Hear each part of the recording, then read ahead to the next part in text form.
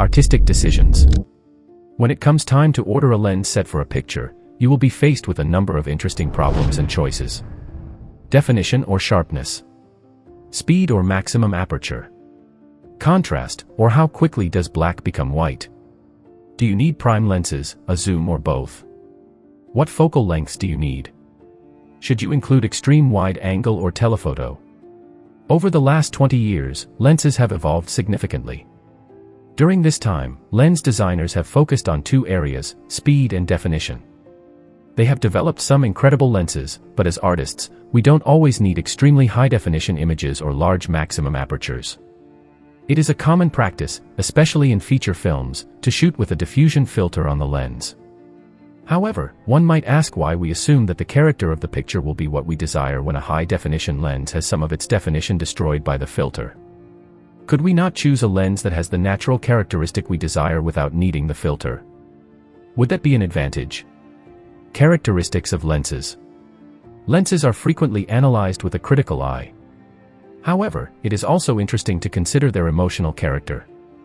The following generalizations are necessarily my personal opinion.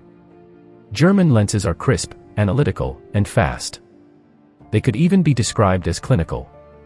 English prime lenses are traditionally warm, emotional, and have dark, moody shadows. They also have a relatively high definition. English Cooke zooms are very gracious in their shadow rendition.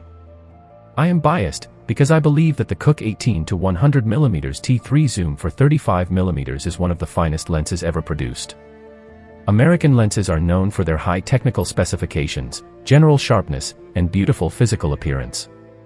Japanese prime lenses, on the other hand, have traditionally been derived from lenses originally designed for still cameras. These lenses have a tendency to be a bit too high in contrast for motion picture work, have unfamiliar maximum apertures, and do not come in matched sets. However, this is changing. The Canon 8 to 64 mm zoom lens was originally designed for video use but has adapted superbly to motion pictures.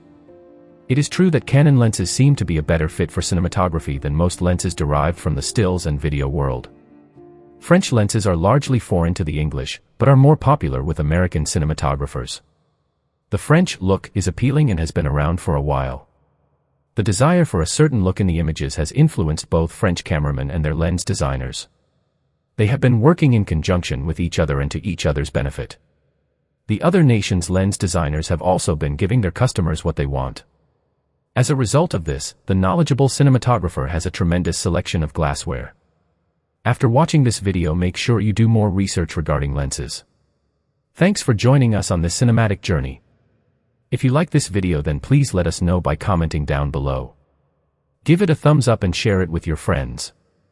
Until next time, keep watching, keep learning, and keep creating.